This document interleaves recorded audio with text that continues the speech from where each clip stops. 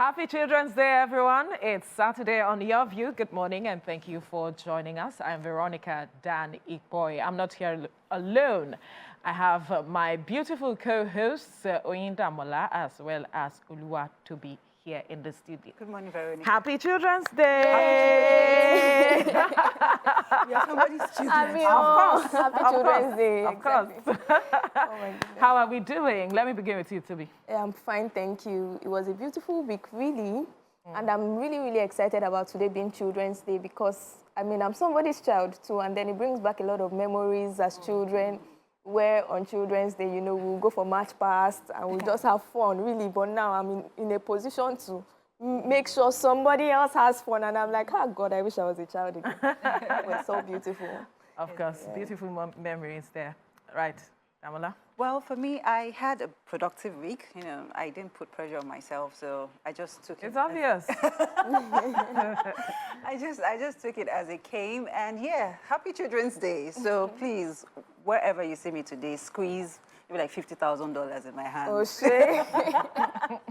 Take care of me. I want to be pampered again. Nice. Somebody's child. Right. Well, for me, my heart goes out to parents whose children were kidnapped on a day like this. Is a reminder to also talk about them, and then parents who lost their children as a regards of negligence on the part of systems in place, whether at the hospital, in schools, wherever it is also a time to also remember those who, as a result of the system, can, for the time being, not have children, so to speak, because of one thing or the other. It's just a time to remember such people.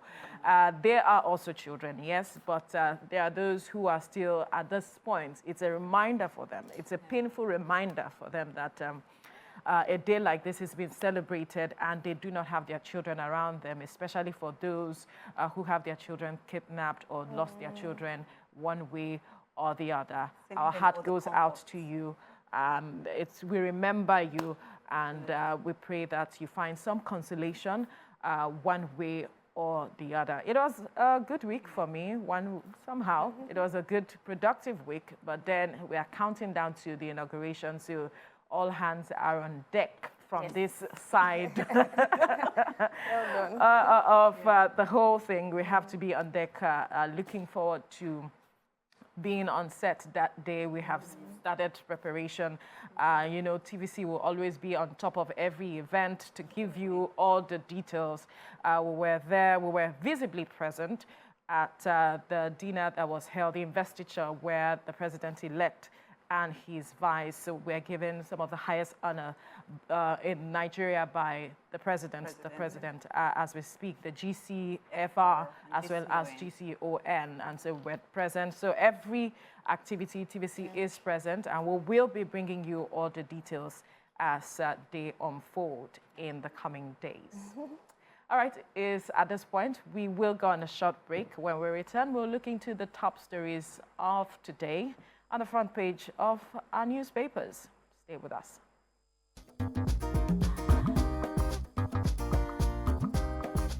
Stay tuned.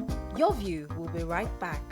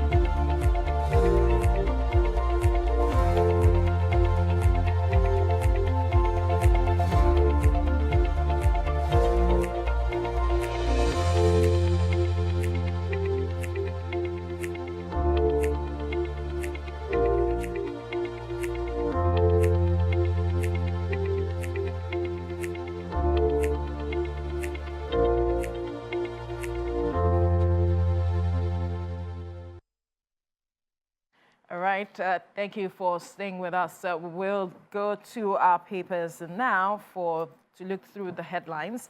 And I will begin with the Nation newspaper. The major story here says that Tinubu subsidy removal exchange rate regulation may cause initial hardship. Nigeria's economic security problems not peculiar. President Buhari is speaking. And we have some other stories here.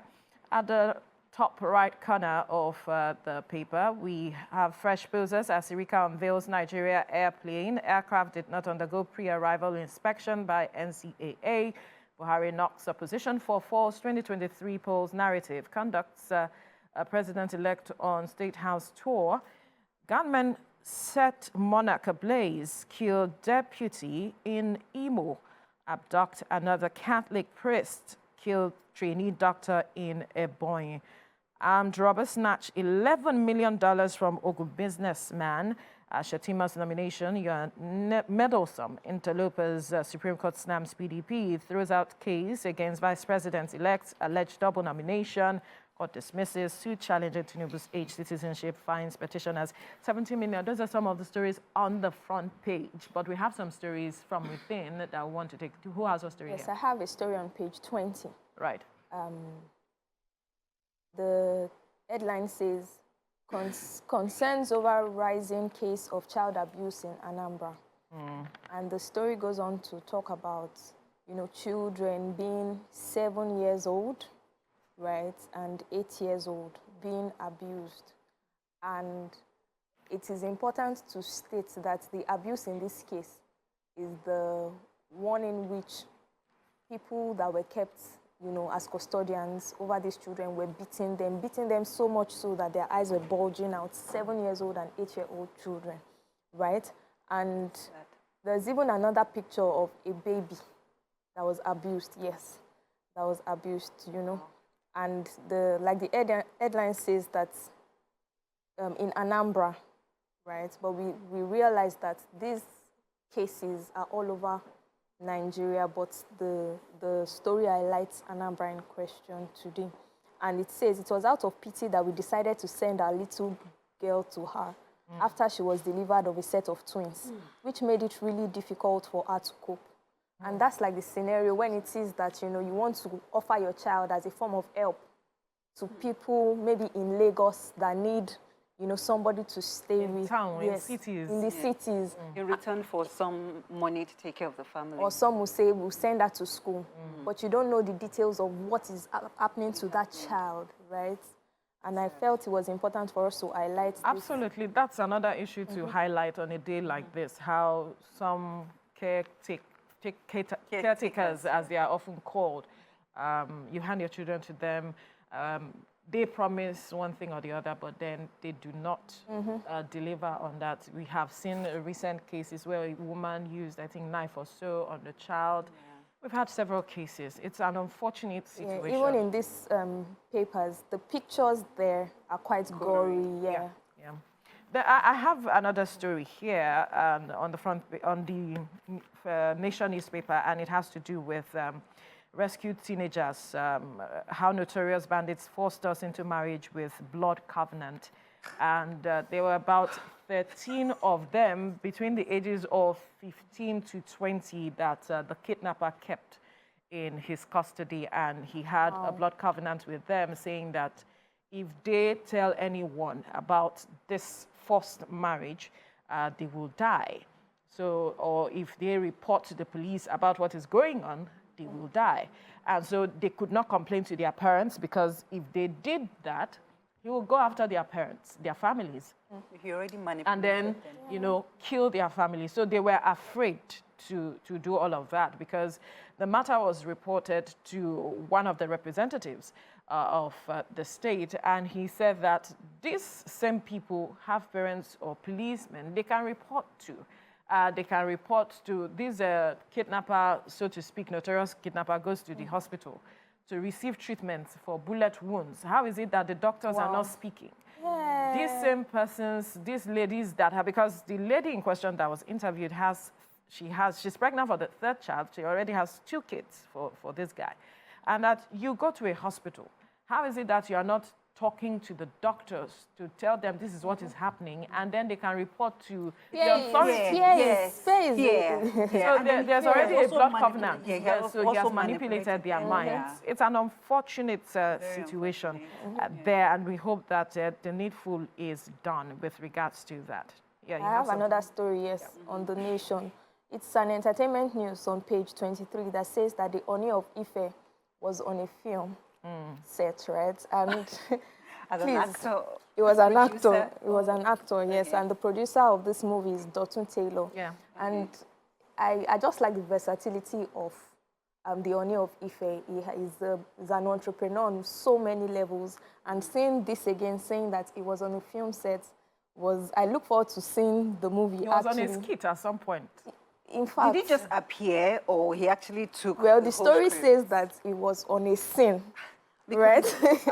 I would have You're looking assumed forward that. to Like, he was living on that bar. I'm just thinking he must have had so many Yes. things to do. Okay, for so him to one set quick that aside. story before we move to the next paper is this story. Gunmen set monarch ablaze, kill deputy in Imo, abduct another Catholic priest, kill trainee doctor in Ebonyi. So in Imo and some other southeastern states, the gunmen went on rampage, killing a monarch, and they have abducted a Catholic priest and a trainee doctor in Ebonyi. This is not the first time this is happening. It's just a sad situation with regards to security situation along those southeast states. We move quickly now to the Saturday Punch, and the major story here: court clears Tinubu for Monday inauguration. PDP Labour Party gear up for legal tussle. And some writers here says Supreme Court refuses to sack Shettima. High Court says age falsification suit against president-elect lacks merit. And to another story here: our parents struggling to feed us. Tinubu should improve economy. Children speaking, setting an agenda for the incoming administration. And another story here: risky pleasure, sex worker, drugs, robs businessman, victim blames wife. Nigeria airplanes flight, airlines vow to stop carrier. And then another story: Tinubu vows to kill corruption, seeks Nigeria's cooperation. Don't go with official vehicles, presidency tells ministers. And then another story here: men, women shouldn't share bills equally in relationships. An actress speaking, Choma Okoronwo. Okay, Right. I have a story in the newspaper, the Punch newspaper, Yeah. and it says risky pleasure, sex worker, drugs, robs businessman, and then the victim blames wife. So For his predicament. exactly. That's an interesting one. So this guy, you know, he's a businessman, and he had some financial issues, and then he's been through a divorce, and then he got married to another woman, and then his business picked up at some point, only for his nieces. He felt betrayed by his nieces. Even his wife was stealing from him at some point. So he felt the Who took need. his wife from him? What? He said his wife was taken from him. Yeah, his wife was stealing from him Oh, because okay. his A business- his nieces and his staff were stealing from him. So he thought to involve his wife, you know, to monitor, only for the second wife to be stealing from him. So right. that kind of gave him a lot of emotional trauma. And then he decided to seek solace in. Sorry. So he went to lodge in a hotel for like Sorry. 2 weeks. Like, he took a getaway. But then he was bringing in different girls. But this particular one decided to, you know, steal from him. And then from the girl's story, she said that they had been dating, although they had met on a pay-as-you-go basis, but then they became close. And then he promised her marriage. She had aborted for him twice, and he wasn't doing anything significant for her. So that was the only way she could get something significant out of him. So the wife... He laid the foundation for what he got at the end of the day, from what you're saying.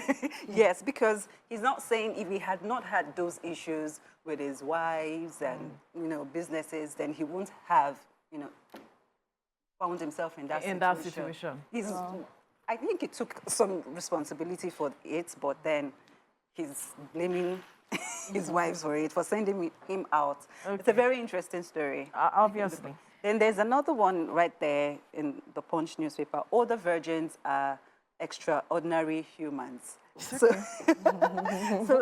there's this relationship coach who she got some letters from a 33-year-old woman and a 27-year-old woman claiming to still be virgins but are struggling to find a man, to marry them or go into a relationship with. Is it because of their status? Well, they're just finding it difficult. So they're thinking, oh, one of them said, I have kept myself, I'm a Christian, and then there's another friend of mine who got married at 25, got married to the best man, yet she wasn't as pure as I have kept myself. What should I do? Should I just go with anybody that comes my way? And then the woman is advising, which actually makes sense, that while you're waiting for your spouse, it is, this is the time that you need to actually build yourself. This is the time to, ensure that you are actually in the right place mentally, financially, to go into a marriage. Because what if God is preparing you, for the marriage, to ensure that you are actually stable? You don't just go into a marriage without having all the... Don't be pressured to go into marriage. Exactly. That's the most important aspect. Absolutely. Do not allow any circumstance pressure you into marriage. That's where I'll leave it. I won't push for that. We need to quickly go on a break. When we return, we'll continue looking through the newspaper headlines. Just stay with us.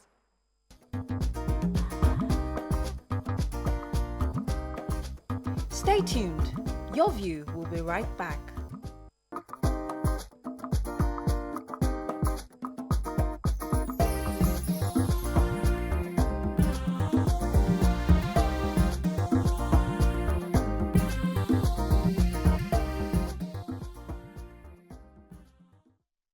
All right, thank you for staying with us. We're still looking through the newspaper headlines, and I'm going straight now to the Saturday Sun. And some major stories here. The Aisha Buhari exclusive, My Life as Buhari's Wife, First Lady is speaking. Why I criticize some of my husband's policies openly. My personal assessment is that Buhari fulfilled 50% campaign promises. What I will miss in Aso Rock.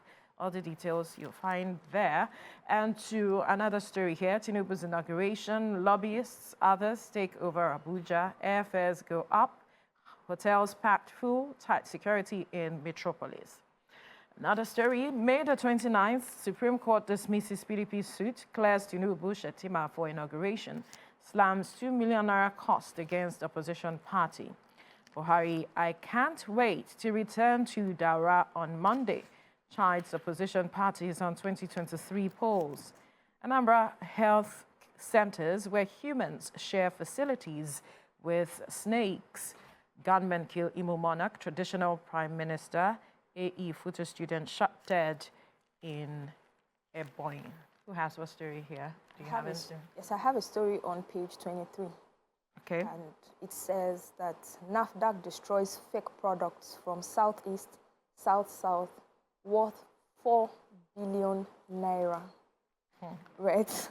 And Professor Mojisola Adeyeye, who is the DG of the agency, she's the current DG of the agency, says that, these fake products have been in circulation over time. And I remember that this Professor Mojisola Adeyeye, she's also as Professor Dora Akunyili, and I'm in that space, so I know the details of what has been going on in NAFDAC. And the story goes on to say that the products are antibiotics, antihypertensive, anti-diabetic, and aphrodisiacs, and some other products like that.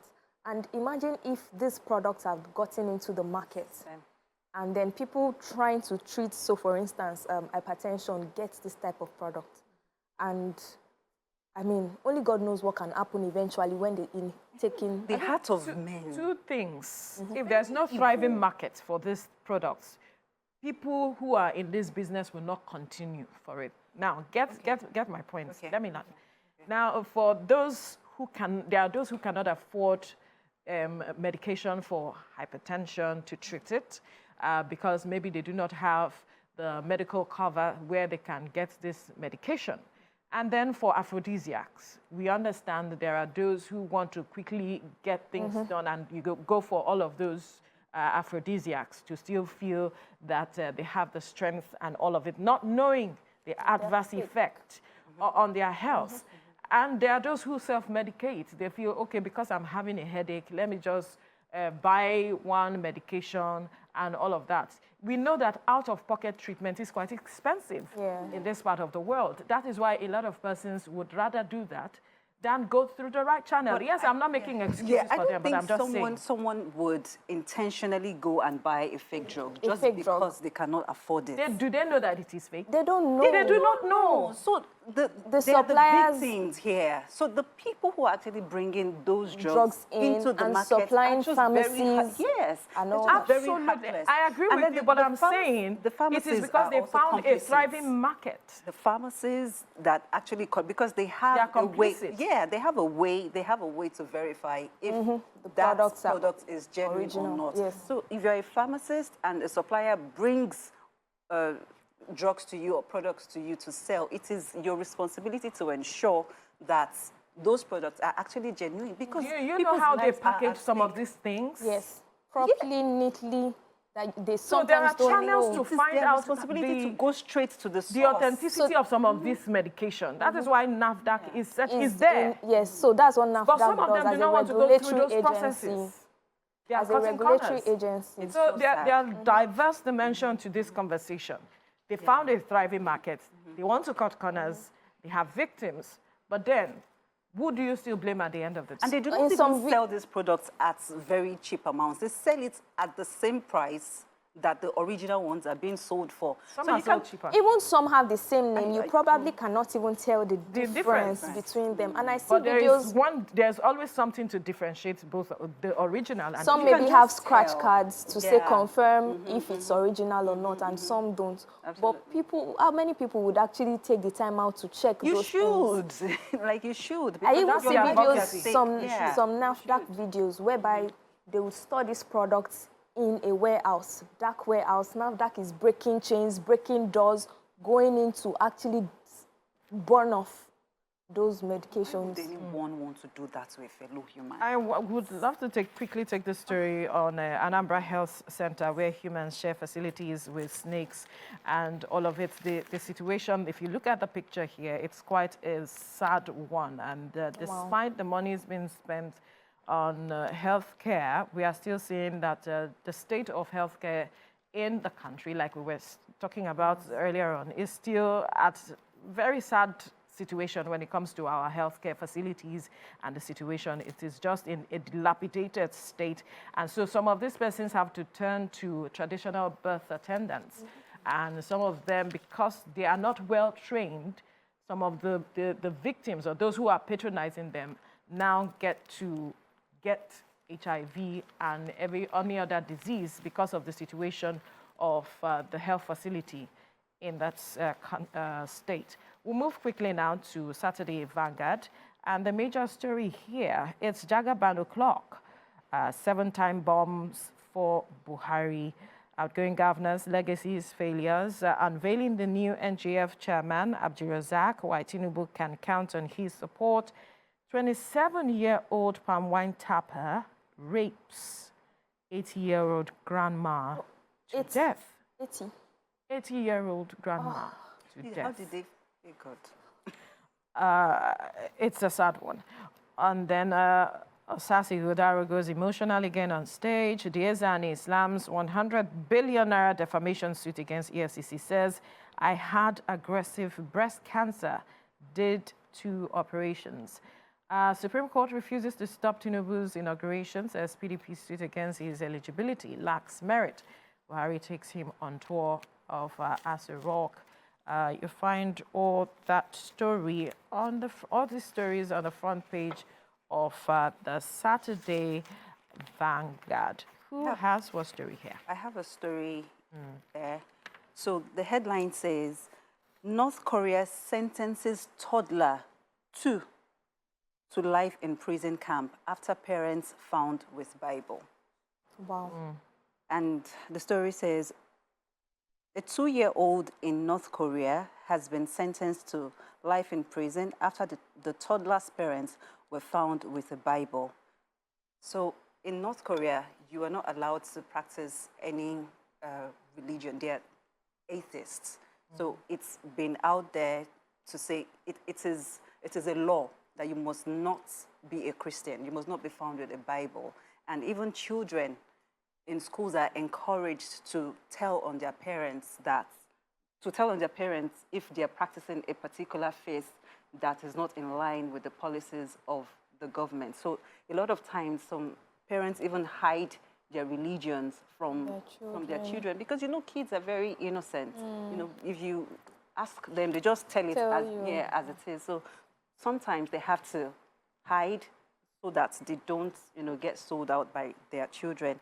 And this story says at least it is thought up to 70,000 Christians, up to 70,000 Christians have been thrown in prison because of their beliefs since Kim Jong-un took to power out of a possible 400,000. It's a nightmare in North Korea. You don't want to visit. Absolutely. You do not want to visit. It's really a sad situation. But let me quickly touch on the story of the 27-year-old palm wine tapper who rapes 80-year-old grandma to death. He was brought before a magistrate court, and he denied it. He said that the family of the woman was looking for her, and he found her cutlass and phone, so he was trying to return them to the families who were looking for her. According to the report, he tied her to her bed and raped her to death. I am wondering, what were you thinking carrying out that kind of brutal If activity? he's guilty, then something is wrong with his head. He needs to be examined. He needs to be examined. Not normal. Anyway. Because an 80-year-old woman.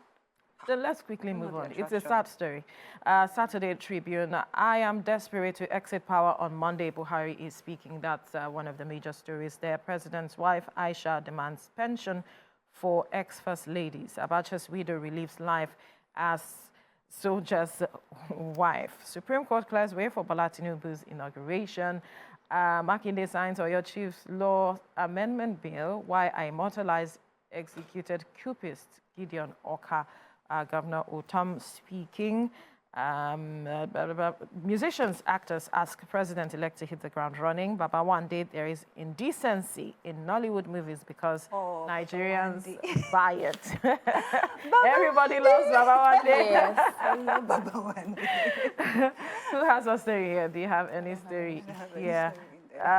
Well, there are some stories we cannot touch as it stands, but he's saying, Baba Wande now, talking about Baba Wande, he's saying that the level of indecency, it seems people enjoy watching the level of indecency in the movies. That is why people patronize the movies.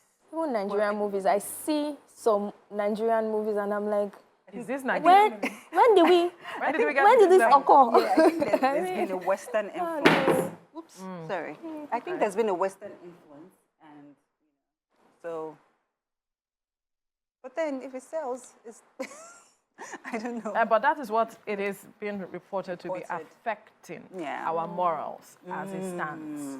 Because people watch and learn, and they feel that, okay, this is the standard. Sure. If it is done this way, then that is what it is. And so it is affecting us in every sphere as a country. But this is where we're that's why the movies are rated, though. A lot of these movies are rated. But how many people? PG-18. How many people? People don't. People don't. Especially, you know, sometimes you probably think that if I watch a Nigerian movie, it's safe for my children. I mean, then now you can't even try it. You have to watch it first before you allow your children.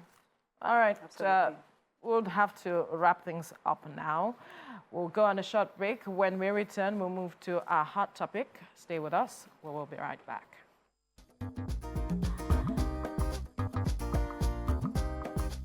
Stay tuned. Your View will be right back.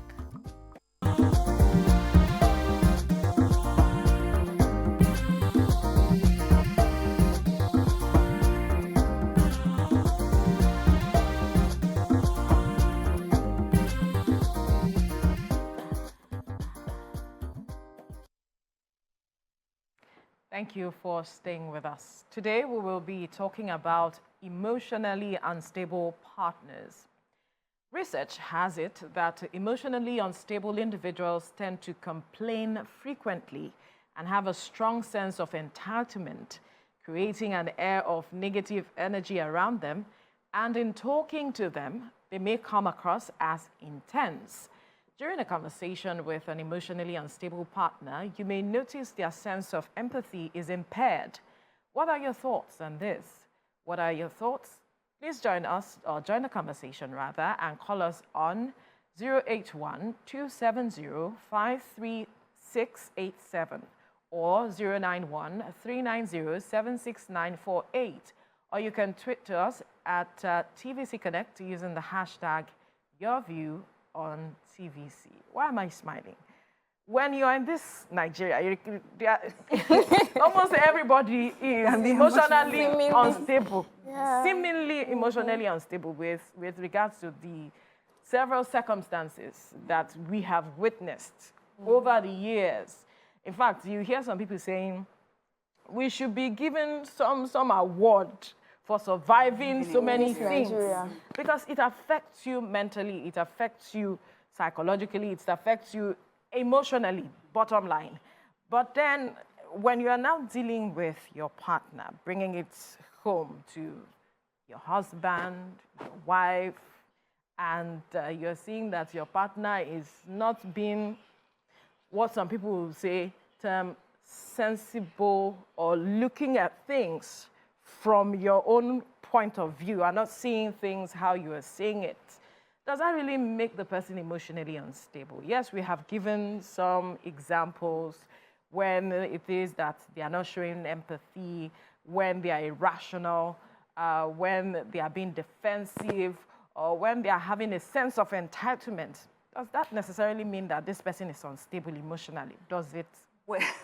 Well, I think it's, like you said, living in Nigeria, for example, can actually set your emotions on fire. And once in a while, especially if you are going through a stage in your life, if your maybe career grows or pressure, you're feeling stuck. So, or you want to, yeah, I think that is it. When you're feeling stuck, you want to grow. So your emotions can be imbalanced. Once in a while, yes, so that's understandable. But in a situation whereby that is your default mode, every time before anyone says anything, you've snapped, you're always defensive. You feel that somebody is trying to attack your person because you came from a particular background. Then you can tag such a person an emotionally unstable person. They nag, they don't trust you, they suspect. Don't we all have trust issues? No, I don't have trust. If the other person has earned my trust. So before they get there, they a must process. Yes. Yeah, there's a process. There are some people that are just unnecessarily defensive. It's okay to be watchful, to say, okay, let me see how this person earns my trust. But it's another thing to be suspecting the person even before they did anything. It can be frustrating.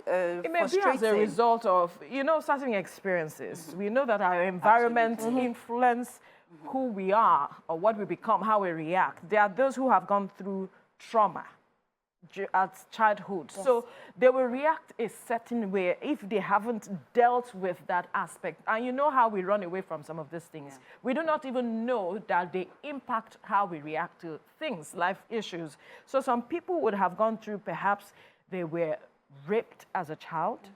Perhaps they were abused by their parents as a child. Perhaps they were in an environment where they saw their parents being abusive towards each other. Yeah. And so these things just, clog their minds, clog their emotions. So it's difficult for them to let go because they do not even know. Some of them, it's true. Some of them do that not they are going realize. Through these things is actually affecting them. And so they begin to react based on something that is underlying that they haven't really opened up to address. Toby. Which is why sometimes I kind of say to people that if you are choosing somebody as a partner, or maybe even just on a dating level, try to understand where this person is coming from, right? Know the person's because sometimes these people bring up some behaviors and you're wondering, what did I do? What did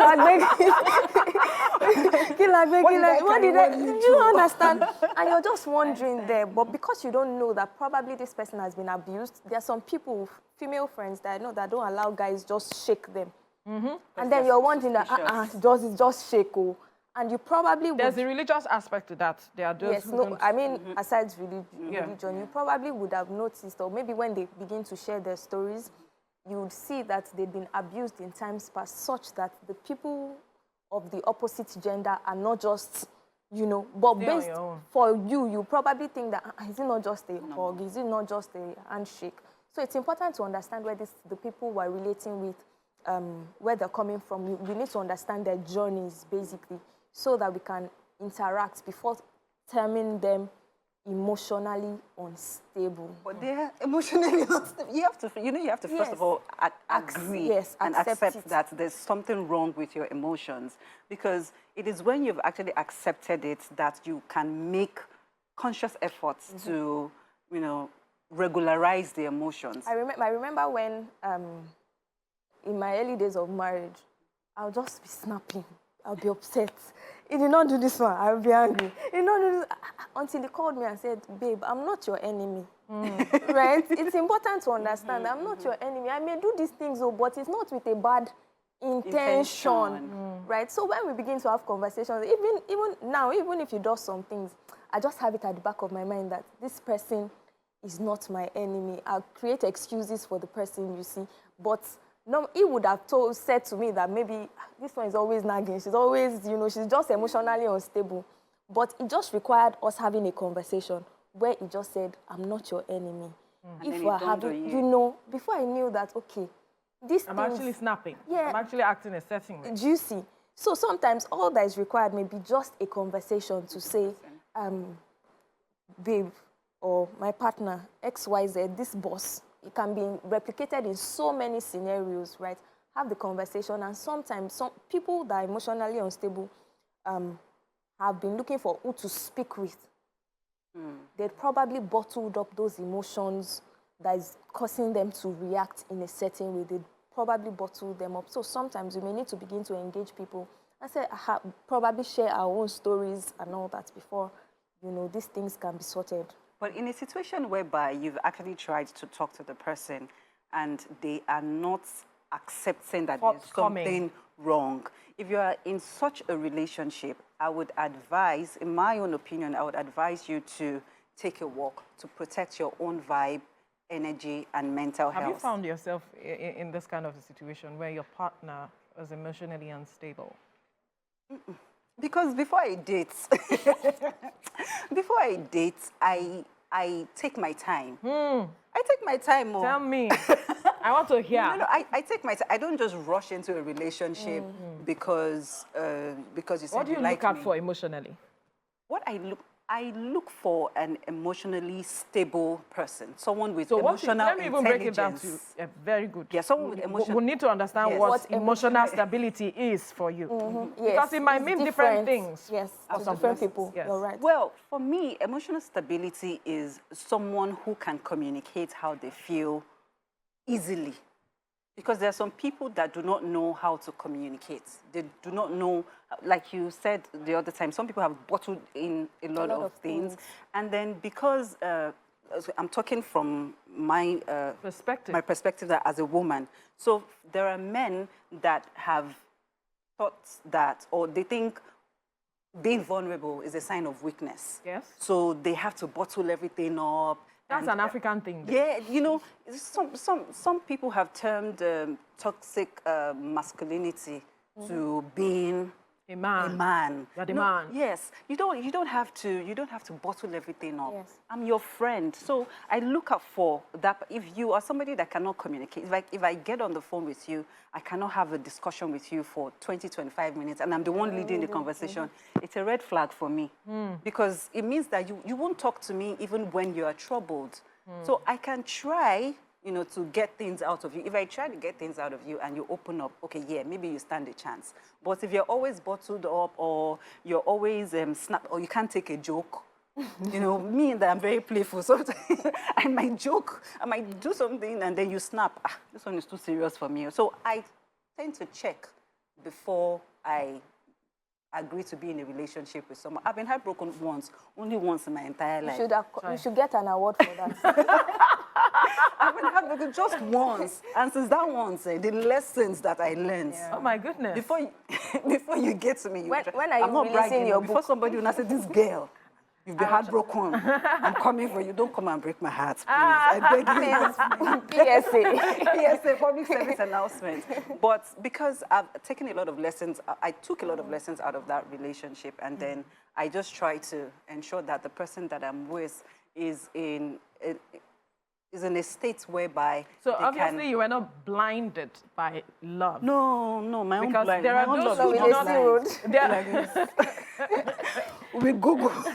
There are those who are blinded by Yeah. love, their emotions. Though I just love this person, and do not see all of these signs that you have mentioned, and so just go head on into the relationship and then begin to realize that their partner is emotionally unstable, and so They may not notice. They may The not. red flags are always there. It's just that Some women see it as find it normal. difficult to handle it. Women tend to ignore. You know, maybe men and women. Yes, You would it's both definitely, ways. you would definitely see the red flags. Something will be off. Things will be off. But some people But then- mask it, you know. How do you mean they mask it? They mask it. They don't show They won't that show. because they have come to the understanding that this is who I am, and so will keep leading the person on till they now. Veronica, see, you are so correct. Be Till emotionally they, perhaps unstable they and get not married. show it. Emotions. It's possible. You know, it is. You have not seen impulse. pretense. My goodness. Well, if it's too good to be true, then it means it's not true at all. If the person is perfect or almost perfect, if it's too good to be true, then it's not true. Because if I want to see you get angry, I want to see how And there are long... those who don't want to see it, though. There are those who do not want to Because see their it. anger are like... Anyway, let's quickly Because go on a how can I commercial beat break. somebody? When we return, we'll continue this conversation. Do stay with us.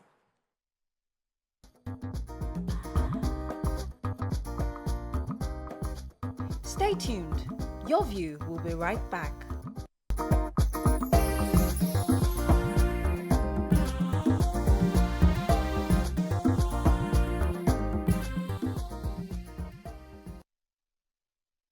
Thank you for staying with us. We're still talking about unstable partners, how to manage them, perhaps. And you can join the conversation. Tweet at us at TVC Connect using the hashtag Your View on TVC, or you can join the conversation and call us on 081-270-53687 or 091-390-76948 to be a part of the conversation. And before we went on the break, we were talking about how some persons can mask it in such a way that some people do not even want to see their partners argue with them, quarrel, or just show themselves, so to speak. And then there's also the situation where situations in life can happen, and then you begin to see a different aspect to your partner, the way your partner reacts to that situation, whether it is good or it's a bad situation, especially bad situation. You begin to understand who the real person is. I was in a situation last year where I was critically ill. And you know, when you're critically ill, you are in a state emotionally. And I saw a different side to my husband because he was visiting me. I was in the hospital for like a month. Wow. And in that hospital, you cannot, whoever it is that is your family member cannot sleep there. So he has to go home and come back every single day. And he was also going to work. Tell me how he was going to manage that emotionally, the impact. So I saw a different part to him, like, this man, you are managing the home front, going to the office, and you still have to be here every single day. The pressure, mentally. Veronica, you must have you must have experienced a lot of support from him when you guys were dating. Exactly. Because for him to have been able to do that is because he's been a wholesome man from the beginning. You know, there are some red flags that individuals tend to ignore. You So don't even know what those red flags are in the first place. that's why you have to be self-aware, because when you're self-aware, you know what you want, so that when you see what you don't want, you just avoid it. If you do not know what you want, then everything goes. Exactly. So when you see these red flags, for example, I've heard of a story where a man was talking about masculinity. A man was so good to his wife when they were dating. He was the best man and all of that. And then they got married, kids got into it, and then it became difficult for the man to even change a diaper because he thinks it's not my responsibility. You are the woman in the house, so you have to do all of that. When they were dating? But I am sure that you must have seen all of these, the signs. They didn't have a baby while they were dating now. How would you know that he cannot change diaper? No. It's in the little things. So, for example, I'm just giving this example now. Maybe they were in the house and the lady is probably trying to clean, carry some heavy stuff, and your supposed boyfriend, fiancé, prior to marriage could not say, babe, leave this one. I'll handle this one. This one is heavy. What if he says, well done, babe, well done, babe, and well done, babe, is even a red flag. How can you see that's for you. Heavy? That's for you. You cannot stand up from where you are. Some people that's for you. Now. Because love languages differ. There's act of service. There's somebody that will like words of affirmation. Very good. That's well done. I be like saying you have done. Juicy. But some people trampling on them now. But you, I mean, I don't see it as yourself as a standard. Yes, I don't. There are those who are okay. Why you know what happened to your eyes? There are those who are okay with, oh, well done. I see. Yes. Just pat you on the back. Well done. And will not be part of whatever it is you are doing. And you consider that person an emotionally stable person. Yeah. Well, yes. Depending, I'm not that type of person. No, I'm not that type of person. So if you're okay with well done, I'm not okay with well done. That's me. Mm-hmm. But there are people that their love language, their primary love language, is words of affirmation. They would rather choose that over acts of service. Don't help me. Just send me, baby, you are doing well, and they're okay. Or buy me a gift. Or buy me because a gift. of you hear people say I got push gift from my husband and all of that. Yes, I got push gift from my husband and they are okay with it. I'm still waiting for my push gift. I want push gift. They are okay with that. So would we classify that person who cannot change diaper after having a baby as being... Well, if you see that action is taking a toll on your partner, on your wife, it is your responsibility to help. Show support. Be emotionally available. Be empathetic. Like, oh, my wife... And what if she works? Maybe she has gone to the office, then she comes back, she comes to take care of the child, she needs to cook, she needs to still take care of you in the other room. And then you're saying some people are okay with that. No. Some people are. Well, if the person, if the lady or the individual in the marriage is okay with that and it's not ruining their emotions, fine. But how about in the kitchen? What? Let me even go to the kitchen where the woman is perhaps cooking and the man is in the sitting room and the man is just trying to I can smell the food. Well done. There are those who prefer, come and join me in the kitchen. Even if it's to just have a conversation with me, I am fine. And there's some that prefer that. Wash the plate while I'm doing if you're in the kitchen, you are even giving me more work. Don't be here. Go to be hailing me from the parlor, right? But that is not emotional instability. Emotional instability is if the guy just walks by and not say anything. He just goes to sit down. Yeah. Where's the food? He's not even empathetic. He cannot even ask. He may have had a bad day. What if he had a bad day? She's talking about the regular occurrence of it. That's just a one-off. But if that is how he is, he doesn't, show support in any way, then it's about time. It shifts. It's okay. Anyway, we'll go on a short break. When we return, we'll continue this conversation. Just stay with us.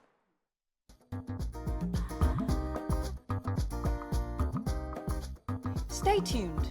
Your View will be right back.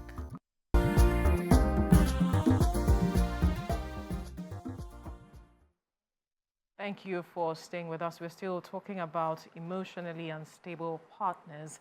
And we have joining us in the studio a media consultant and PR practitioner, as well as a marriage counselor, Theo Akatuba. Good morning. Good morning. Thank you for joining us. It's a pleasure to join you on a wet Saturday.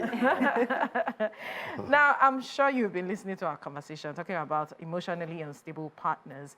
And we're talking about how our mothers, those days, you know, they did not get the help of our fathers, be it in the kitchen, taking care of the kids, and all of that. Yet they were able to, they stayed in a marriage, they were able to manage the home, unlike what we see now, and people are beginning to raise their eyebrows with the man being emotionally unavailable and the woman being emotionally unstable because of all of these issues that we have raised. From your point of view as a marriage counselor, what are the underlying issues that spring up this thing? Thank you very much. Very interesting topic. The first premise is that I'm finding in this conversation is that our mothers were not helped. I do not think it's a statement that can be correct generally. There should be the majority of them. Yes, and again, what you call non-help could be based on the things the woman expects, while the man is helping in the way he thinks he's doing. The first thing is, what is he doing that you think is not your help? What is he acting upon? Why does he think he has done so much? Yet you are not seeing it. That you're seeing it, because you are seeing it only from the point of the things you want him to do. Our parents, they had one form of help or the other, but recently my mom told me, your father doesn't carry the baby. He never carried you. Recently? He just come, tap you. He just told you. He just told me that he plays with you briefly and then he goes away. Because he saw me carrying the baby, and he said, your daddy didn't do it. He doesn't even do it. He just play and go away. Now, but in general terms, what is wrong with this emotional instability, or what causes it, is wrong expectation. Because if you have a good and proper expectation of things, you will not be surprised or disappointed. What we are doing today is that we are changing the game without training those in the game. Really? So, okay, just break that down. You want the man to behave in a certain way, but he has not been trained and oriented to it. And you expect him to understand it, but he's still in the old order that he observed. So the woman is calling for a certain help that the man is not accustomed to. It's not culturally wired or oriented in that direction. So he confronts that new culture that the woman has embraced. So this is a conflict. Is it necessarily a new culture? It's a new culture because it's not the order traditionally and even spiritually that men do those jobs that the men are being called upon to do now. I'm interested in the spiritual. So they were never wired spiritually to think that way. They are wired to hunt and provide for the home. But all those things seem to have changed because of the economic reality that is imposed upon the family. And this change has not dawned on the man. He's still in that game. He might not be fully performing, but he's still in the game. The woman is playing her traditional role and have added more. This is why her cry is loud. Otherwise, our mothers, they did it happily and took it upon themselves as their responsibility. Were they really happy? They were happy. You might say a few were not happy, but majority of them did it with joy. Because you hear statements like, I'm here for you, children. I'm here for my children. And that is the truth, and that is correct. She sacrificed her good for you. And that is what a mother should do. What about the women that are emotionally unstable? Good. You know, what are the factors that actually... There are many because of expectation. If you expect your husband to be with you in the kitchen as your way, your thoughts, your expectation, as your love language, and he does not play that, women are easily frustrated and they get emotionally disorganized when things do not work in the structure they had dreamt of. But then So when they present themselves with a very surprising, but they are emotionally, flippant. They change and they can adapt. One of the greatest gifts of a woman is adaptation. capacity to adapt, which today we are not elevating in teaching. We're actually saying run away from stress. Shouldn't we? There are some women, in fact, there's some individuals actually who actually have this emotional instability due to insecurity. That's another matter. Yes. So to what extent do you think that insecurity Good. affects how an individual behaves in a It relationship? affects you in a way that you could kill yourself or harm the one you love. Insecurity is a dangerous state to be because you do not believe that what you have can stay like that.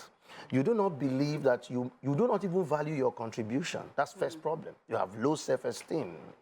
And fear of abandonment. Because you believe you can't survive on your own, that you need a support. And not only that, that what you have curated, this loving man, could be taken away from you, and you are not seeing that you are you are a very powerful force, and you are not valued yourself appropriately. So because of that misunderstanding of your value, you are constantly afraid. And then also it goes to level of disrespect for the man. If I'm talking from a woman to a man, I will not come from a man to a woman. Okay. When a woman doesn't fully respect the man, he does not value his quality of his judgment. He sees him as a kid who could be snatched. He could be snatched. An emotionally matured man should drive the confidence to his wife that I will make a decision. I will not be deceived, because a man is not deceived. Really? No, a man is not deceived. A man chooses to do what he does. The Bible declares so. The man is not deceived. The word, I'm coming spiritual. I don't want to go there. I want to move at the realm of your operation. Men do what they want to do. But even if they pretend that they were deceived because they presented themselves in a state of being deceived, he is the one that took the decision. He's the one that went after it, or he's the one that was seduced and he accepted it. But can a woman be? So a woman cannot be deceived. A woman can be deceived, for a woman is deceived. The word Just deceived like means, Eve. yes, it's a condition upon all Eve children. Right. Now, I want you to talk about a situation. We know that our environment also influences us emotionally, psychologically, whichever way. How about the aspect of upbringing, where you were in an environment where you did not experience love, or you did not experience situations that could help you value yourself in the first place, where you could not, you became unstable because of the abuse, even from your parents? How does that affect one emotionally? Powerful. What is a man except his upbringing? What is a person? It's an embodiment of his orientation and upbringing. The circumstances, his culture, which is in his DNA. Every one of us are product of cultures. And Urobo woman is Urobo. Whether she lived in Urobo land, it's in the DNA. And there are certain things that go with being Urobo. It's in the blood. A Yoruba woman is Yoruba. So when you are marrying a person, you are not marrying an individual, you are marrying culture. Today, they might be latent, they might be quiet, they might not be expressed because she's educated or civilized in the cultures of other people. As she grows older, that culture begins to manifest. That's why you see people say, I want to stay with my people. So every young person will say, I don't like culture, I don't believe in it. Just mark the person. Another when the person 40, 50, you see the person gravitating towards the same culture that they were averse to. They will be the one that want to implement it. So orientation, upbringing is actually what we are dealing with. That's why I said I started. That you are playing a game, but the game players have not been trained in the rules of the new game. So while man and woman are talking of modernity and civilization, the man is standing on the civilization on the standpoint of his past, not now. You are the one in front. So this conflict exists in all marriages. Right. So if you're going into a relationship, I believe that there are always red flags. You always see the signs, or you have indicators that help you to decide if you want to be with this person for the rest of your life. So if you're in a relationship, what are the signs that actually point to the fact that your partner is emotionally unstable, and what should you do in such a situation? First one today, too frequent calls. Too frequent unsolicited calls checking on you. But there are those who enjoy it. They do, but they don't know the implication. Okay. Right. They don't know what it will bring. If They Talk don't to know. us about They will see it as red flag. They will see it as a loving gesture. this guy is just so caring, Absolutely. oh my God. But the signs now is that this one He won't let is me go. feeling unsafe and is stylishly checking where you are, what you are doing. It's gathering data and information. Sir, sir, before you go on, these frequent calls, Yeah. so what would you term as average? Good. An average call in the morning, maybe sometime in the evening, or maybe a little drop of a text message in the afternoon, with the confidence that you are doing the right thing. Not frequent. This minute I've called. And then he wants to report to you, oh, I just saw somebody, I just greeted, we just turned left, we just But turned what right. if the person is just very jovial and just... That is the problem. It's jovial, but you will have to deal with that because the person is jovially insecure. Yeah, exactly. So what are the other signs? So you go with the person that you love and you marry, then you deal with that because that you will at a point you will get fed up. What's all this? I'm in a meeting and he will tell you, why didn't you pick it? Because You know I need to talk to you. If I don't, you are being blackmailed into Why didn't you tell me you were going to have a meeting? because the person felt immediately that you didn't pick it. Something untoward else. is happening. that's like an underlining Yeah. mask of insecurity. Other red sign, when the person says, I don't like culture, that's one of the biggest red signs that many people even gravitate towards such people. You don't like culture, then what are we going to live by? Word of God. The values and morals. We know, word of God is culture. Yes. So if person say I don't like culture, reject him because he is a danger. He's an emotionally unstable because what determines him are unknown. They are fleeting emotions. If the rain is falling, it's good. If the weather is hot, if there's traffic, he's jumping here and there. Then a woman. When a woman is behaving, a man should be, the Bible says that live with them according to understanding. 1 Peter chapter 3, verse 7. Live with them. What are you understanding? A woman's outward behavior now is not exactly what she's talking about. She's influenced by many other factors. Like what? I cannot tell you. There are many. What's the essence of this I'll conversation? give you an example. Right. A woman is unhappy about the economic state of the home, but she loses interest with your romantic sexuality and she doesn't feel interested. But she's telling you that her body is weak, she's tired. But what is the cause in the economy? But she's not telling you that. She's afraid of when the next financial security will come, when I'm going to pay the fees. She's worried about the fees. But the man is resolve the fees, but I want to have fun so I can have energy for the fees. So I can have the strength for the fees, the battle. I want to be validated. I know we are down. I want to decongest I don't my want brain. you to make me feel I'm down and out. Right. I want to be desired by the minimum, the person that is the only one left for me. If she also rejects me, I'm gone. So men are so definite. That's why when they are rejected, they will look for somewhere. Why a woman is rejected, she will speak to the rejection in many ways. And that's what people say emotional instability. Because she's angry at the cop, she's angry at the baby, she's angry at the dispatch rider. Everybody is just irritating because the fundamental cause has not been removed. And our people say that the blood will continue to remain on the fingernails until the lies are completely removed from the hair.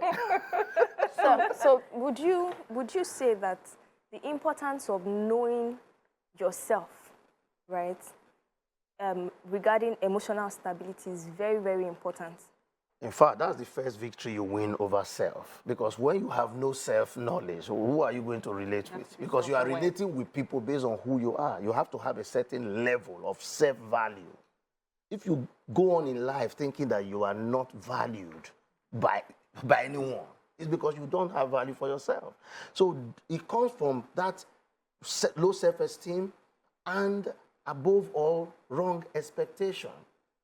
A man is going to walk through life just like you are walking through life. If you met him with a lot of money, be sure that, prepare that one day storms will come.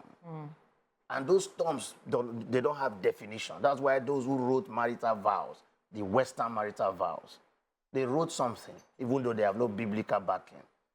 They said, for Better or for worse. the worst there. Do you know the meaning? Can it be When defined? situations change. And that worst has no definition. It could be as bad as living under the bridge.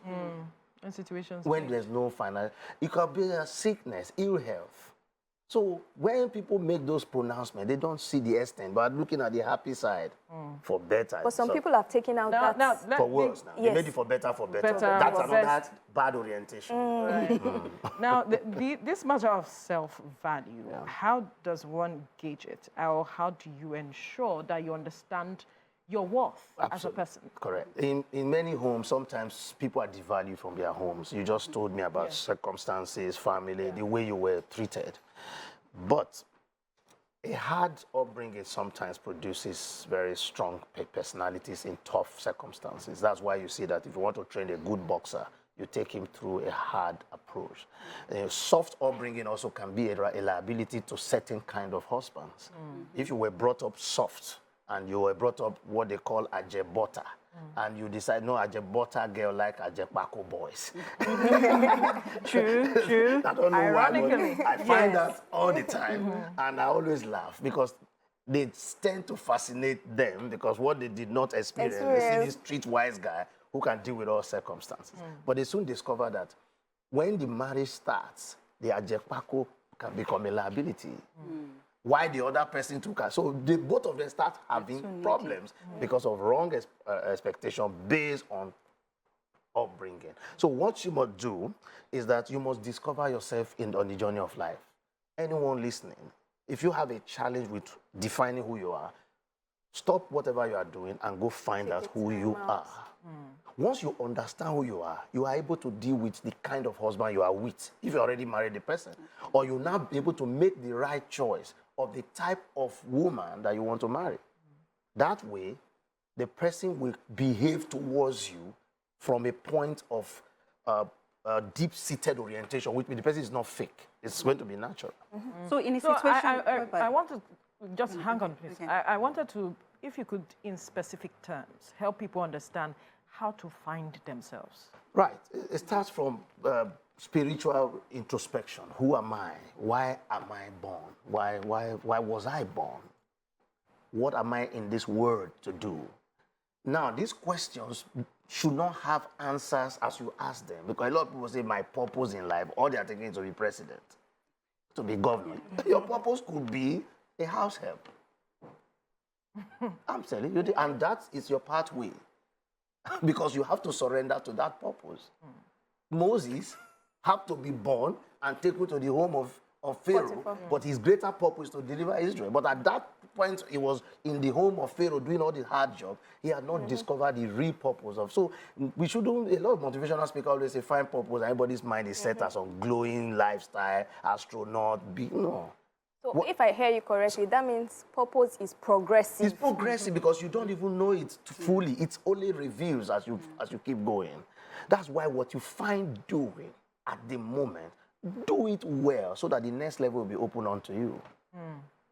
Okay, so I was going to ask, this is before marriage now. So if you're in a relationship with someone, I have seen situations whereby one of the partners has seen that their partner is emotionally unstable, and then they still try to change, they put in everything, they think they can change them. What do you say to these people in these kind of relationships?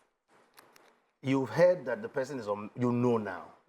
The biggest asset that anyone can use to manage an emotionally unstable person is patience. And that's a scarce commodity in our climb.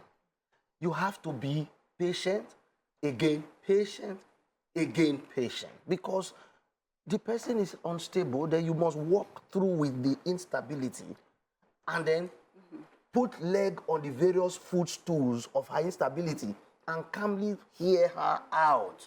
When a woman is worried about something but she's not telling you, she can only tell you from being patient. And you hear her, she's nagging. You ask her, this is not your personality type. You've made a story. You say, somebody said here that my husband called me, I'm not your enemy. It's like a reality check. Yes. Why are you treating me as, because, I'm your enemy. yes, I am a friend. I might be doing wrong, but I have a good goal. Intention. That kind of behavior. But it is not the Patience. partner's responsibility to nurture this person. It is your responsibility to nurture. At some, maybe you've actually tried, you've put in everything, and they are not willing to board. In fact, it's taking a mental toll on you. Why don't you, No, you cannot abandon. Maybe before marriage. No, you I'm cannot saying before abandon. marriage. No, even if you want to marry the person, you are seeing that your job is cut out. At this very beginning, you need to reconstruct this person. Then you take the decision. But if you don't have the capacity, I have a question. you should break it before marriage. To make it, no, when you land, I need to say You something. should break it before marriage. But having been married, after all, what is the role of a wife to a man? Her primary role is to help him. But when the person has trust issues, is always complaining. But Then why would the person get into the marriage? some all cases, these issues you are have the said, things that trust you should issues are what you leave. came to help. There are issues. If a man has no issues, If you you won't know marry you him. cannot You don't handle need it, you shouldn't get in the first place. That is why you evaluate. That's why they say you date, to know his baggage. Right. In a- What There's I want to some say, I'm things coming. that Okay. you What need I to wanted to go say ahead. is the fact that the notion people have about marriage, it has to be clear that you are not there to nurture the person. You are there to nurture one another. Absolutely. No, You not in contribute marriage, but into before it. each other's Yeah, lives, even even as you are dating, Dating. whatever you want to call it. You contribute. But contribute to there's each some other's people, lives. There's some people that are damaged. They need to go and find What, themselves. if you cannot handle it, why are you there? So which means Yes, you you didn't direct- realize it. This No, person no, didn't you- realize it before marriage, or they saw it and felt Yeah, it. they are in a relationship. You've already seen all the red flags. You've done your best possible to Then you help break the them. relationship. Exactly. But Don't- there are some people that want to still die in the relationship just because they think, oh, this is, maybe they've gone to one spiritual father that said, oh, this is your husband, you must not leave him, or I will not, for the fear of finding somebody else. have a question. They want to Let damage him answer themselves that in the process. What you are saying is correct. The person is your husband. Do you know that we are all sent here to do something? You met a man who you were made to help. And you now told who made you to help that the help I need to give is too much. I want to leave this one and look for a simpler help. That's what you're looking for. The task of helping him became too big because he's damaged. Yeah. So what you did, having married him, what did you do? Either you divorced and abandoned him, or you left him, you didn't even marry him and look for someone you thought that his own baggages are. If you can't handle it, let it Let go. me Your go. question. So Yeah. going, taking upon your task is the first thing. If you believe in God, some people don't believe in God. They act as their own gods. They act what is prevalent, trending. Such people can decide that, oh, abandon him, look for another task, and go and get. The basic rule is, this man cannot be alone. I will make for him a help. There will always be someone who. Yes. Mr. Theo, you mentioned something about patience. And I agree with you that patience is quite lacking in our generation Yeah. today, right? But in situations where this patience seems to be life-threatening, such that the partner is inflicting some form of pain that could cause a life to go, and you know, all that we hear around our mothers, fathers, pastors, everybody saying, have patience, be patient, go back. Go back. In situations like that, what would you recommend? Yeah, you are told to be patient, but not to remain in danger. Your patience is to walk him through his difficulty, but you must stay out of danger. Exactly. You must separate from a dangerous person.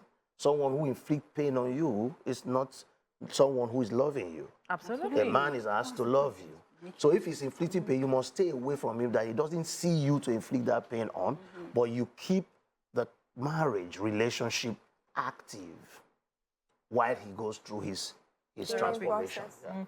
Yeah. Let's even talk about this aspect of therapy. There are those who do not believe in going to see a shrink, a psychologist, whoever, to Counselor. help them walk through this path of recovery from this matter of instability.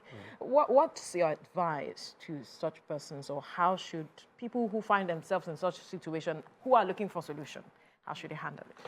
Okay, thank you very much for that one. I think you must agree this person is emotionally challenged. He might not even be knowledgeable enough that emotionally He's challenged. emotionally And challenged. therefore, it is also part of the emotional problem not to want to present himself before a psychologist. So you must understand him totally and do not present him as a patient. Rather, let him freely walk into a friendly conversation. If you make it obvious, we must say a psychologist, then we say, no, I don't need it. I'm okay. Even But a if you counselor. walk into it playfully, we're going for a little drink out and the man is in there and he doesn't even know he's talking to a psychologist until they finish, and his problems are straight to him that, Mr. Man, I'm just a friend, but I think these are your issues. But if you make him look, if you tell Nigerians today that have mental disorders, they go to a psychiatrist, They will not agree. they will never agree. No, I'm Because not mad. the fact that I went there and I feel that form, meaning I have gone through a psychiatric test or check, I'm now like a madman. So people want to stay away from that kind of toga. So you must, you see, when someone that's emotional unstable, just simply need a lot of attention.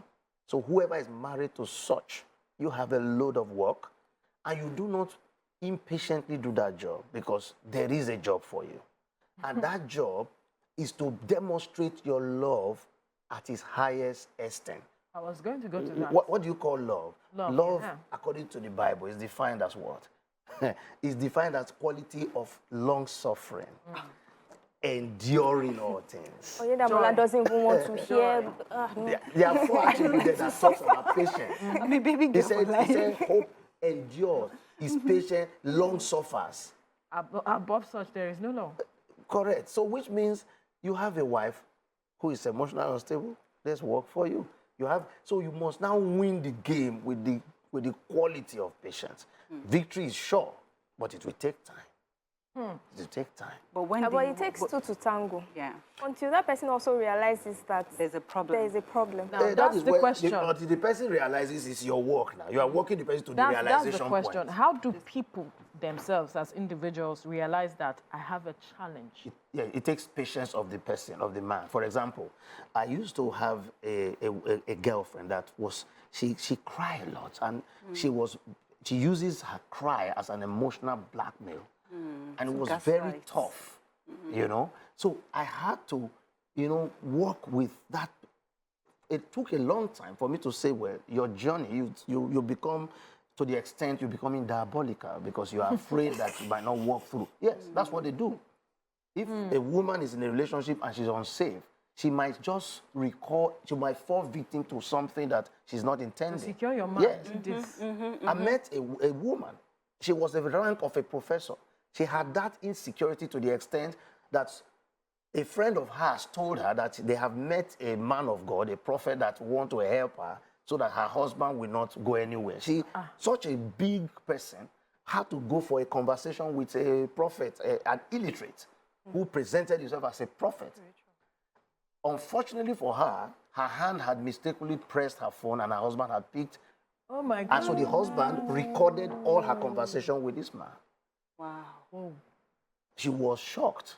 And yes, and the man gave her some something to read, put this in water for him. Look at what insecurity, emotional instability could make a woman of that stature be brought down to.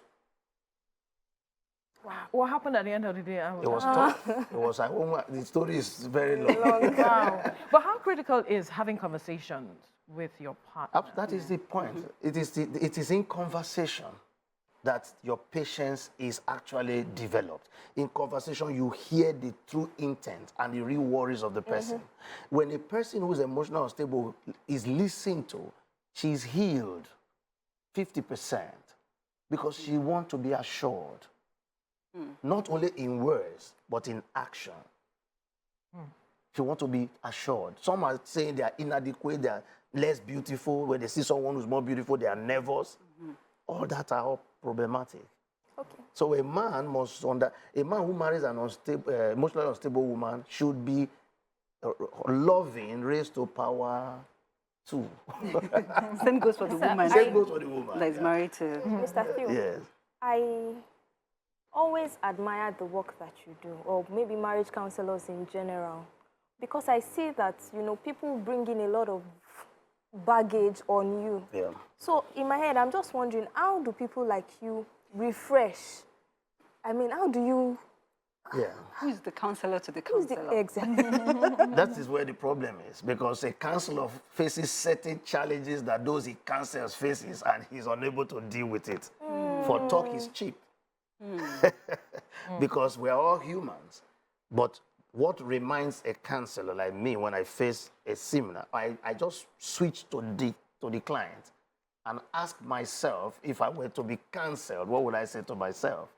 So it is important that knowledge is good and you don't act.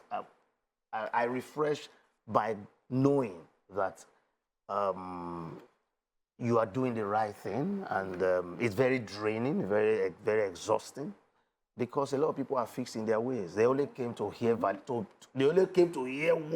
to validate their next line of action. Very good. They didn't come Because I was going to ask you, which Exactly. has been the most challenging situation that you have had to handle as a counselor? What was the situation? I was going to like? was ask one. that too, Yeah, but I feel like sometimes there these was things are one. personal. The lady is very educated, the man not as educated, and they have started, this affair was going on, but the man is of another faith, she's of another faith, and the man says she's not respectful, that she's not submissive. And she's a very feminist kind of a person who is... So what attracted him in the first place? I wonder, when I saw the two of them, they are so loving, but yet so divided on certain fundamentals. Wow. And then I asked her, I said, please, at the end of a particular session, I said, pray for us.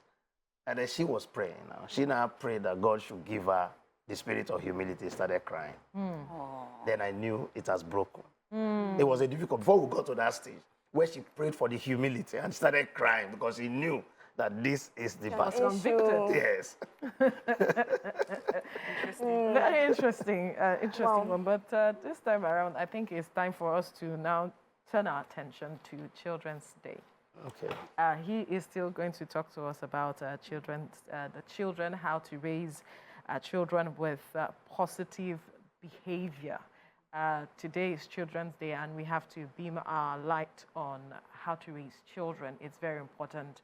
We have talked about culture, we have talked about values, we have talked about so many things, and we keep having hearing conversations around, if we don't do something in the next 10 years, these children that we are raising these days, so many things will be lost, these our values will be lost, and all of it. How concerning are you with how parents are bringing up children these days as against your time and what we have now? All right. Any society that has lost its children has lost everything. We're busy losing our children right now. We're not raising children for a greater tomorrow. What we are raising children for are children who will seek their own survivor. Everyone is busy trying to make his child a survivor in a difficult situation. So we're pumping them with ideas that are not within our cultural setting. Really? So they are strangers. The moment you dress your child to school, what you have done is that you send the child away from your culture. So we shouldn't send our children to school? Is that what you're saying? Because our schools are not training our children for our own use. Really? Oh, yeah. So it's a deep problem. So, but if you want me to go surface, but on the surface, the fact is we are generally training the children to dislike us. How so? We need to understand it. How? Yes. You need to know that culture is the foundation of any society. Once they have lost it, everything is gone. What they will be doing is just surviving. So what are we training? What are we teaching our children in school? Are we teaching them that they have a country or they don't? What are they telling them? What are the parents speaking to the children about authorities, about systems? what are the values found upon? Are they Western values? Are they Yoruba values? Are they Igbo values? What are they, when all the Nigerian children meet in a room, what are the cultural standpoints they will all be radiating? Is there a commonality or discordant cultural orientation? So building a nation is not what we are doing. We're actually creating survivalists. Okay, speaking on emotional stability for children, because, you know, these children are the ones that would be raised to become these emotionally unstable partners and all that. So what are steps that can be taken today to raise emotionally stable children? Good. You have to be deliberate and agree that I'm training this child to be part of the global or the Nigerian family, who will be a civil servant, a broadcaster, and he should be able to first agree that the system is good. Or if it's not good, it can be good if we do what is right. No one else will do it for us.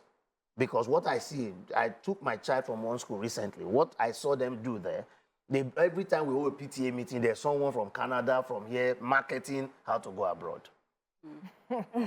And the entire curriculum appeared to be telling this child about going out of this country.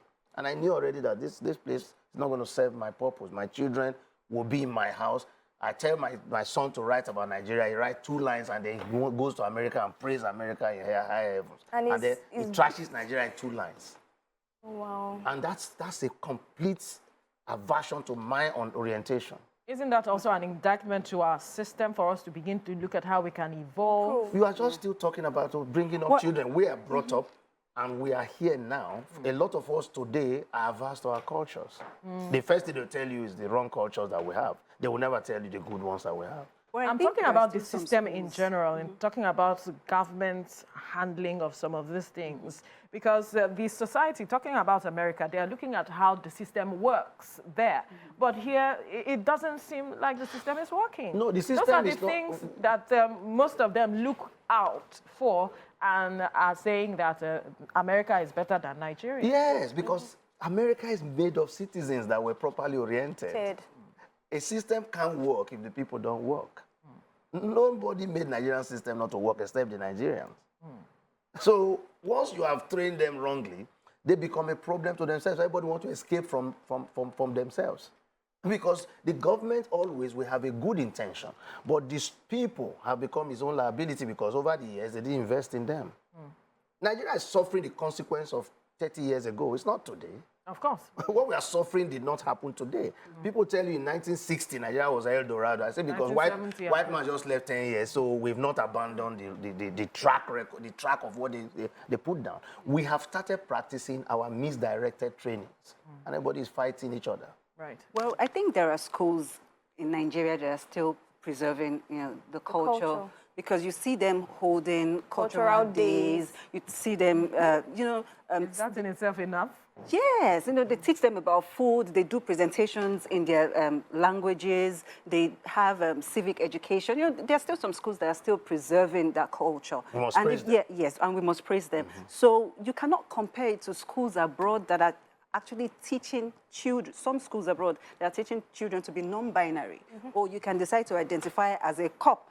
You can decide to identify. Yes, you can decide to be a man when you are actually a woman.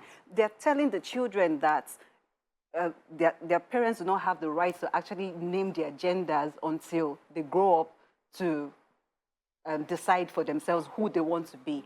So how do you think we can protect? Because you cannot protect your child forever. At some point, they need to go out to mingle with other people in the world. What are the values that you need to inculcate in your child to help them, to protect them from such mentalities that, okay, this is where I'm coming from. This is not how we are. So very, very, you see. How do you do that? You see, the West, they're very, very wise. Yeah. They're very smart. And they do not take anything for granted. So the agenda today in the development of their culture is that they've gotten to a stage where they are now promoting these ideas. They did not just glamorize it. They took it into the educational curriculum. You see how serious they are?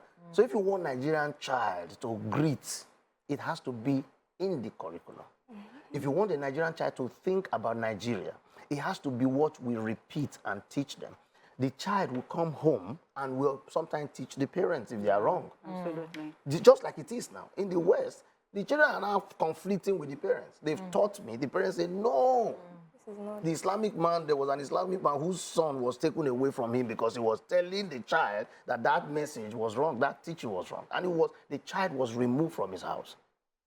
In this society, nobody will achieve anything if we mistrain the children, because they are the future civil servants, they are the future policemen, they are the future military men. So if in 20 years you have a bad police force, it's because of the failure of today.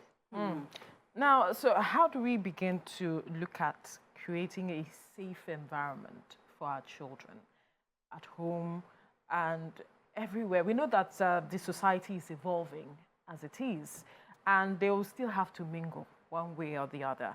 How do we create a safe haven as parents for our children and perhaps insulate them in such that they have a mind of their own when they go out there? Reinforcement, positive reinforcement. If you're a Christian, your home should operate on the principles of that religion that you profess. Don't be a Christian only in words, where your conversation with your wife do not have the artifacts of Christianity. Don't be a Practice Muslim. what you preach. Yes, your children should ensure it. Don't lie to your children or with your children and teach them being truthful. What is happening today is that a father is corrupt and he's talking about anti-corruption. He actually lives on corruption. The home is funded on corruption. He is a smuggler of goods against the government rules. And these children see this And they see their father is an illegality. Yes. And then you are coming here to teach about legality. You are just a contradiction. There's a mother who is unfaithful and indecent. How can you teach your daughter about decency when even your clouding itself, you don't represent what you teach? So the greatest form of teaching in the African society is observation. Do it, and the children will simply observe, whether you like it or not. Today, if you get married, you will do some things your mother did even when you are not instructed. Yes. I hear a voice in my head sometimes. Yeah. So, for example, when I blend in the kitchen, my mom will usually say, "You don't leave a dirty blender." I'm married, it's been 6 years, but I still hear my mother's voice every time. You don't leave a dirty blender. And that will go. So that's the foundation. That's it. That's all.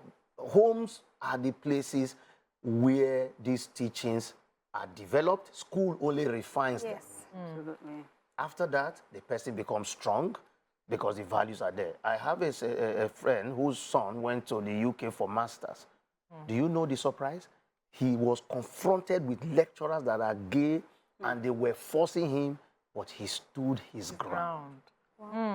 And he survived, but quickly returned home because he said he couldn't stand this place because of the strength of the values upon which he stood. So if you don't develop them, those 18 years your children are with you are the window God has given to every parent.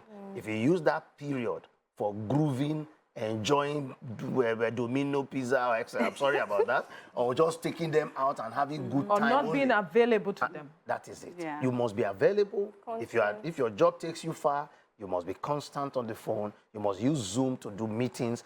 In fact, we need to be 10 times more than we have ever been because Google and other platforms are taking our children away. Also do not transfer aggressions. This is how far we can go. Our time is up. It's such a short time, but it's been an interesting conversation with you, Theo Akatugba, media consultant and PR practitioner, as well as marriage counselor. We must thank you for joining us on the program this morning. Thank you. It's been a pleasure enjoying this moment with you. Hope to see you again soon.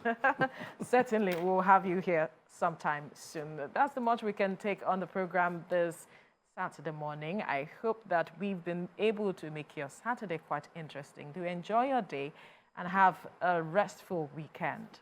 Bye. Bye.